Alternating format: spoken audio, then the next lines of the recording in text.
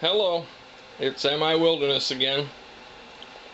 I just wanted to quickly show you the end result of my autumn olive fruit leather.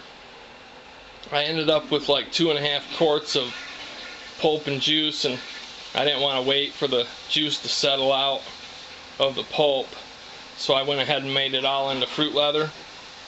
And I just used my dehydrator to do it.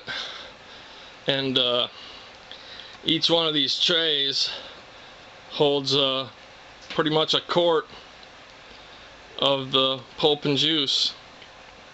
I made 2 trays with 2 quarts, and it filled the trays right up to the brim and dehydrated it at about 140 degrees for 12 hours, and it turned out really good.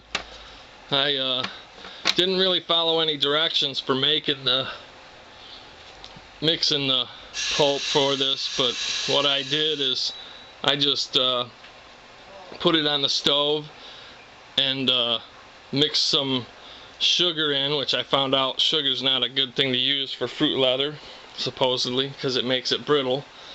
And then I mixed in a little bit of honey too, and so I had 2 quarts of autumn berry pulp and 1 cup of sugar and a nice big healthy squirt of honey. Brought that to a slow boil, and as soon as it boiled, I brought it off the heat and let it cool off a bit and poured it in here and let it dry for 12 hours at about 140 degrees, and this is what I ended up with. Fruit leather, pretty neat. It's actually really good too. And even though I added all that sugar and honey, it's still pretty tart. I guess the autumn berries have different levels of tartness from one bush to the next, and I wasn't too particular, and a lot of the berries I picked weren't entirely fully ripe, so they were tart to begin with. But it's real good. And good easy way to preserve it. Stuff's really good. This batch kind of tastes like a lot like cranberries. The first autumn berries I picked tasted like Granny Smith apples when I ate them raw, but now that I mixed this all up and made this, it tastes a lot like cranberries. Sort of like cranberry sauce or something. And I also went ahead and let me go outside real quick. I'm doing some outside, which is just the pure pulp, uncooked, with no sugar added. It's a real sunny day, so this should dry fairly quick, and it's windy and the humidity's down. But I just took the half quart of pulp I had left over and spread it out on this, it's like a 10 by 14 or 10 by 16 pan on some wax paper, and I'm just letting this dry in the sun naturally, and I've got this little screen over it to keep the bugs from getting at it, and it seems to be working pretty good. I actually put this out yesterday at about 7 o'clock at night, and I let it sit overnight, and now here it is today. It's about 1 o'clock, and it looks like it's getting pretty close to being done.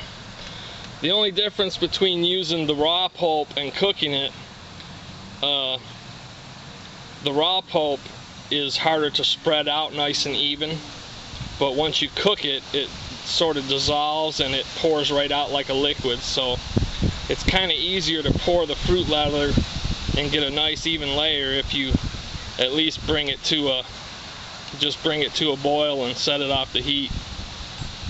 It breaks it down and makes it a lot easier to pour it out.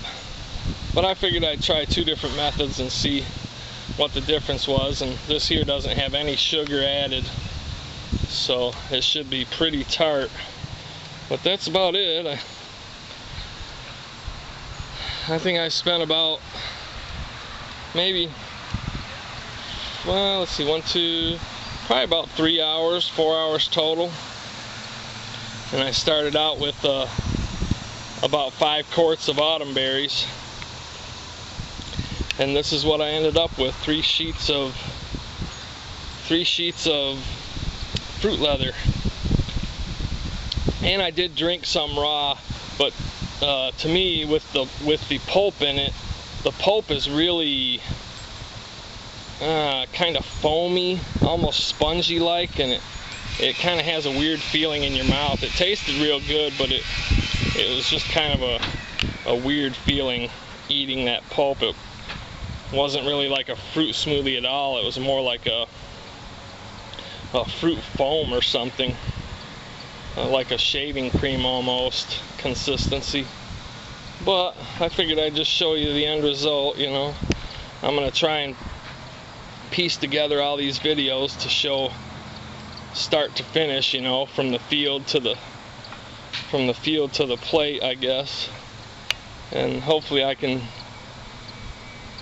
employ my editing ability and get a nice brief video compiled on how this whole process went and everything. So that's pretty much it. I'll talk to you later.